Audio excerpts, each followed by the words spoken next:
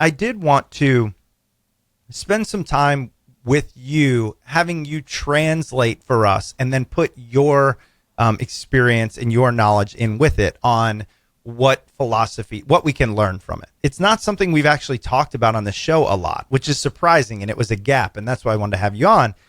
And I know, again, your book comes from the life is hard perspective, so it's not all about that, but you do discuss it. And there's one that I wanted to mention. It's kind of in the Aristotle, more the camp of Aristotle. You talked about the good life. How would you translate the idea of the good life from historical philosophy to today? What could we pull out that's important? That is a great question, and I think one thing that I should. This is like the sort of content warnings, spoiler alert thing, which is that like part of engaging with these ancient philosophers philosophically is to argue with them. So I think the answer is going to take the form of, well, I think he was right about some things. I think he was wrong about some things. So one thing I love that though. I just got to say it, because if I was just saying, what did Aristotle say about the good life? I could just go read his stuff. That's not why, I don't think that's why we do any of this. So please do put your perspective over it. No. And I think, the part of writing about philosophy is that you expect readers to not necessarily agree with you either. Like critical engagement is part of the enterprise. But so I mean, one thing that Aristotle I think is right about, and that I think is central to this ancient Greek tradition, is the idea that what we should be focusing on is what these guys call eudaimonia or eupraxia, which is living well. And so the idea that what we're after is just a subjective feeling of happiness, that was something that Aristotle, Plato, the Stoics, they all argue against that idea in favor of a kind of picture on which really what we want to do is live well, which means engaging with reality and treating ourselves and other people in the way we should. We want to be, it's part of what we want, in a way, to be good people. And that means being good to other people. There's a kind of moral dimension to this, as well as being good to ourselves. And that kind of shift from subjective feelings of happiness to genuine engagement with reality, I think that's one deep idea in the philosophical tradition that we shouldn't lose. I think it's something we should cling to. I think the risk in Aristotle's way of thinking about this that has a lot of contemporary successes is a kind of tendency to think about how to live by starting with a picture of the ideal life, saying like, what's your dream life? Aristotle has a particular kind of vision of that and then says, okay, aim for that. And that, I think, is a more problematic idea. And it's problematic in part because the ideal might not be attainable, but in part because thinking about the ideal can be a way to make yourself feel bad about your own situation, not living up to that ideal. And in part because often we're much, much better placed to think about how to grapple with difficulty and make things sort of incrementally better than we are to be guided by some sort of picture of what an ideal life would be like that is very remote from us and whose kind of practical significance is hard to make out.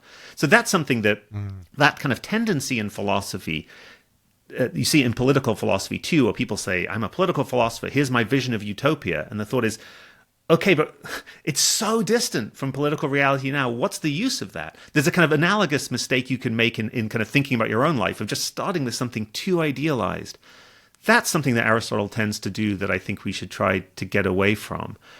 I mean, I could say something about the Stoics too, or I don't know if you might have follow-ups on Aristotle first, or is that, I mean, let's go into it. Yeah, my pitch on the Stoics. I mean, so I think there's something deeply attractive about Stoic philosophy, and part of it is that they share this idea that what we should be living is a life of engagement with reality, that virtue, basically, being a good person is central here. It's not just a selfish pursuit. The thing about Stoic philosophy that I think we should be wary of is a kind of excessive reliance on this very attractive slogan that you should, this is in Epictetus in his handbook, kind of goes over this again and again and again, that what you should do is think about what's not under your control and just let go of it. Yep. And then only focus on what's under your control. And there's obviously some wisdom there. On the other hand, not caring and not about what's not under your control, like detaching from it emotionally, I think is a kind of, it's in tension with the goal of really engaging with reality. So a fact about Epictetus is that he was enslaved, and one of the things he had no control over was that situation. So part of what he was saying was, well, if you're enslaved and there's nothing you can do about it, get over it. And when you put it that way, I think the sense that there's something kind of self-denying here is more vivid, that sometimes you should be angry about things even when you can't change them. Grief's another case. The Stoics are very, very down on grief because when someone's dead, what are you going to do? They were mortal. They were going to die. But I think if you don't feel the pain of grief, there's a way in which you're not taking in the reality of the loss of someone that you truly loved, of the kind of reality of your attachment. So I think Stoicism there's something practically wise about not wasting time trying to change things you can't change. But the idea of emotionally detaching from it completely is, I think, again, a failure to fully grapple with and lean into the difficulties of life and the way in which sometimes they just call for emotional responses that we'd be kind of, there'll be a lack of integrity in not feeling those responses. So that's the quick take on Stoicism. But I partly what I think about it's the kind of revival of Stoicism is that it does reflect a genuine desire for philosophical reflection. And what I hope happens is not that the kind of Stoic revival disappears, but that the range of philosophical ideas that people can draw on gets wider and wider.